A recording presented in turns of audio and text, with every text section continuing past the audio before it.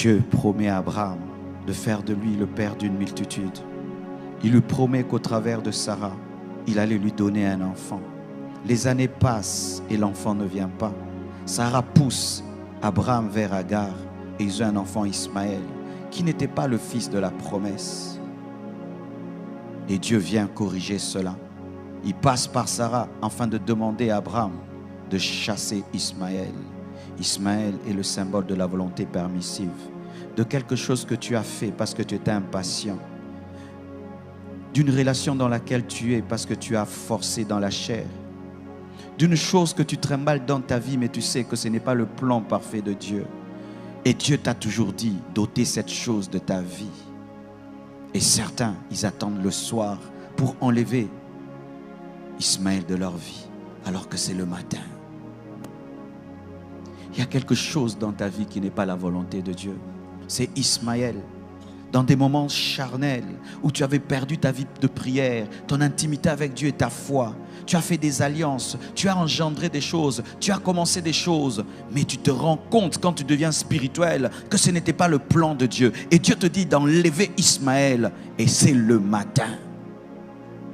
Ismaël peut être même un ministère que tu as commencé, mais ce n'était pas le plan de Dieu. Ismaël, ça peut être un fiancé avec lequel tu es, mais ce n'est pas le plan de Dieu. Ismaël, ça peut être une affaire dans laquelle tu es, mais ce n'est pas le plan de Dieu. Ismaël, ça peut même être une maison dans laquelle tu habites, mais ce n'est pas la volonté parfaite de Dieu. Ismaël est un enfant, mais il n'est pas la promesse. Quand tu as Ismaël dans ta vie, plus tôt tu te débarrasses de lui, plus tôt Isaac grandira, car la présence d'Ismaël met mal à l'aise Isaac. Qui est Ismaël dans ta vie? Un amoureux de Dieu ne tarde pas d'enlever Ismaël. Tôt le matin, il enlève Ismaël.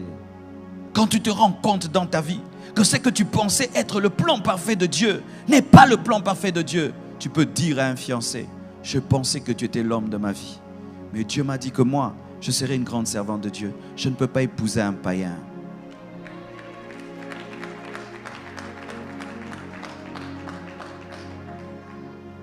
Tu peux avoir commencé un ministère dans la rébellion contre ton père spirituel.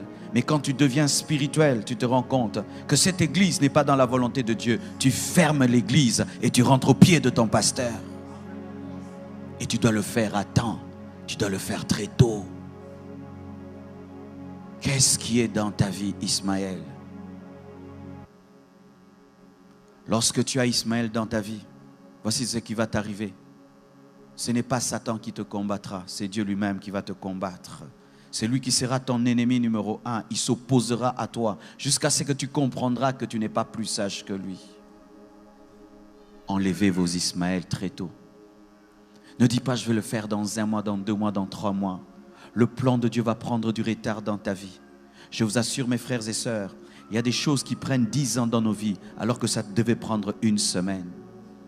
Tellement que tu as tardé d'enlever Ismaël, tellement que tu as tardé d'enlever Ismaël, et Dieu voit qu'Isaac sera en danger. Tant que tu ne lâches pas la volonté permissive, tu ne vivras jamais la volonté parfaite de Dieu. Certains ici, vous êtes dans des relations qui ne sont pas de Dieu. Tu vis dans la même maison qu'un homme qui ne t'a pas épousé.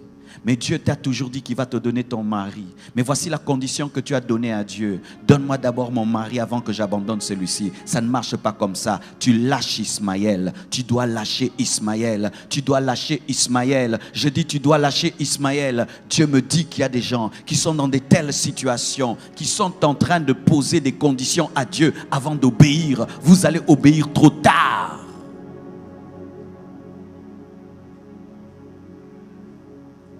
Le Seigneur te dit que les affaires que tu fais, ce sont des mauvaises affaires. Tu es en train de gagner ta vie, mais dans le vol. Tu gagnes ta vie dans la magouille. Et il te dit d'arrêter ce travail. Mais tu poses cette condition: Seigneur, tu me donnes d'abord un bon travail et alors j'abandonnerai le mauvais. Non, tu abandonnes le mauvais d'abord et le plan de Dieu s'accomplira.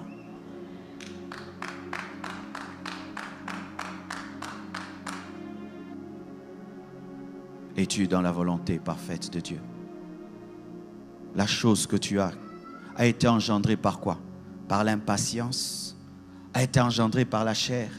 a été engendré par l'esprit, a été engendré par toi-même. Tu as forcé les choses. Et voilà que tu as Ismaël entre tes mains. Un enfant problématique. Jusqu'aujourd'hui, Ismaël est un problème pour Abraham. Ismaël a engendré tous ces gens qui bombardent le monde et qui créent des guerres dans le monde entier. Faites très attention. Obéissez à temps. Vous savez, mes frères et sœurs, lorsqu'une maladie est au début, on peut la soigner très tôt. Mais si tu la laisses grandir, tu peux vivre une amputation. Plus tôt tu obéiras à Dieu, plus tôt Dieu te guérira. Et si tu fais 10 ans, 20 ans, 30 ans avec Ismaël, il fera partie de ta vie. Et le jour que Dieu va l'enlever, une partie de toi sortira.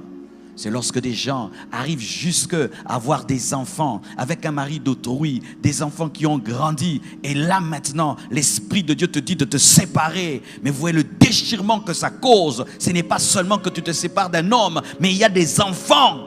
Pourquoi? Tu as tardé d'enlever Ismaël de ta vie.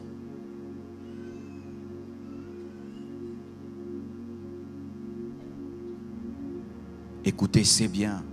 Dire qu'on a bien prêché dans la convention, c'est bien.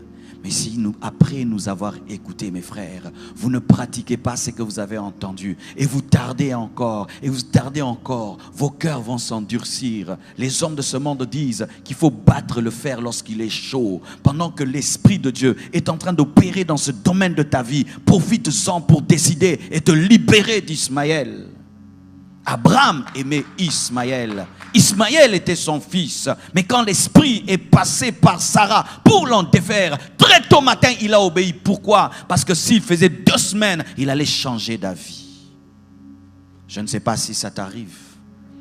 Des fois, pour faire une chose, il faut vite la faire. Car si tu tardes, le diable va te parler et tu vas trouver des arguments pour rester dans un mal pendant 2 semaines. Et puis 2 semaines, ça fait 1 mois, 1 année, 2 ans, 3 ans. Et tu te retrouves à ta mort. Tu n'as jamais abandonné Ismaël.